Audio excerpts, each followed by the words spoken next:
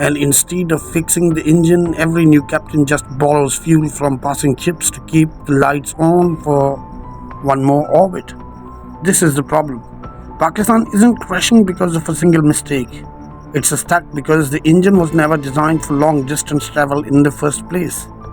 And the punchline: the spaceship isn't just running out of fuel, it's leaking fuel constantly, silently, from tiny cracks that everyone pretends they cannot see. Every time the pilots announce a new economic revival plan, it's basically them wiping the cockpit glass and polishing the dashboard while the engine room burns quietly behind them.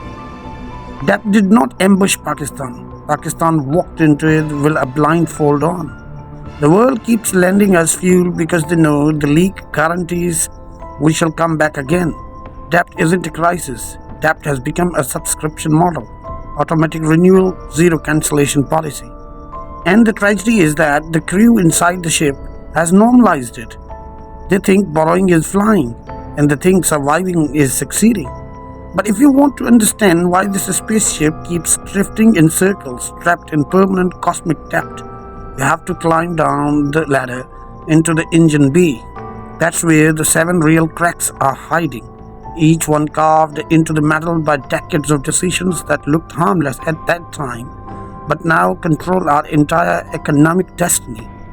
Step inside the engine room of our spaceship, and you realize these cracks aren't theoretical. They are backed by decades of real numbers, and they are massive. Crack 1: the revenue void. Pakistan's tax base has always been shallow. Historically, its revenue to GDP ratio has remained very low, making it hard for the state to cover basic costs. In 2017-18, public debt was 47.7% of the government revenue, a stark indicator of weak revenue generation versus debt burden. When the government does not earn enough, it has no choice but to borrow, deepening the leak. Crack 2: the elite extraction. When debt servicing costs soar, much of what they earn does not go into development of public goods. A large portion is recycled back into financial circuits that benefit banks, elite investors, and power corridors. For example, in the year 2025, Pakistan's public debt jumped to Rs 80.6 trillion, with domestic debt alone at 54.5 trillion. That means local elites and banks who hold this debt are major beneficiaries of this cycle. Crack 3: import dependency trap. Pakistan's heavy import reliance drains foreign currency, which forces constant external borrowing. While Pacific import dependency data changes yearly, the logic is inseparable from why external debt keeps climbing. Crack 4: low value exports. Because exports remain largely unprocessed or low margin, like raw textile, agricultural goods, Pakistan does not earn enough foreign exchange to counterbalance its import bills or debt repayments. That's a structural export problem, not just a market blip.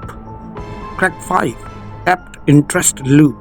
Debt servicing has become brutally heavy.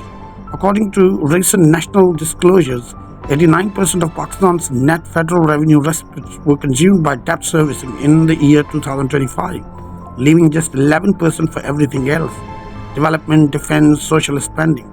That's not small, that's nearly total domination of the budget by interest payments. Crack 6: energy dysfunction. Pakistan's circular debt in the energy sector has long been a drag on public finances. While exact fiscal year-by-year numbers vary, part of the borrowing is used just to plug unpaid bills in power companies, rather than investing in growth or efficiency. Crack 7: institutional instability. Over the past decade, debt to GDP has jumped significantly.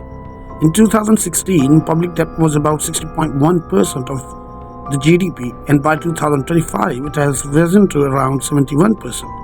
This shows the system is stuck in a long-term sprawl because institutions keep lying or forcing more borrowing without a stable structural fix. Now, step out of the engine room and walk along the ship's corridors, the hallways of policy, bureaucracy, and silent compromise. Here, the debtor sprawl doesn't roar, it whispers, almost invisible, but relentless. This is where hidden triggers multiply the cracks in ways that never appear in the balance sheets. The first hidden trigger is policy short-termism, or what we call ad hocism. Every decade, Governments prioritize immediate fixes, subsidies before reforms, quick loans before tech space, flashy infrastructure before industrialization.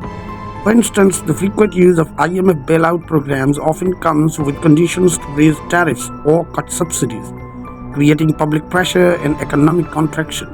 The fix is temporary, but the cost compounds over years. The second trigger is financial engineering, a method Pakistan has repeatedly relied on. The government rolls over short term treasury bills, swaps local debt for higher interest long term debt, and issues bonds to pay off old obligations.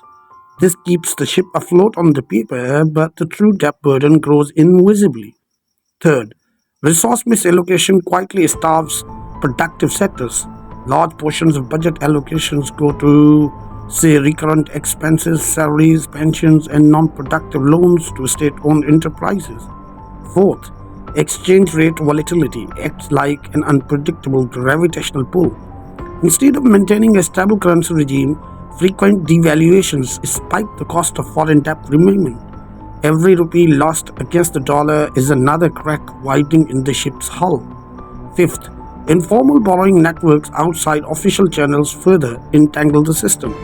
Shadow financing through state banks, quasi-official corporations, and private sector guarantees creates off-the-book liabilities. These commitments rarely appear in public accounting, yet they compound and feaster the real debt exposure. Sixth, political short-term cycles prevent long-term economic planning.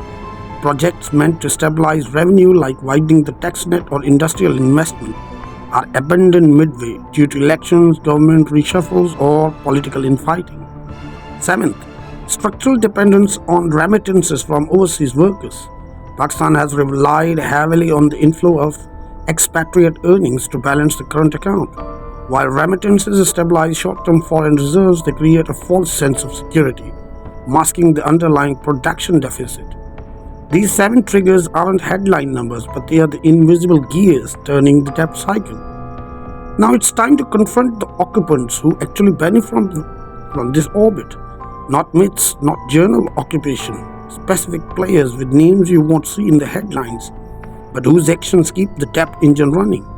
First, the domestic financial elite.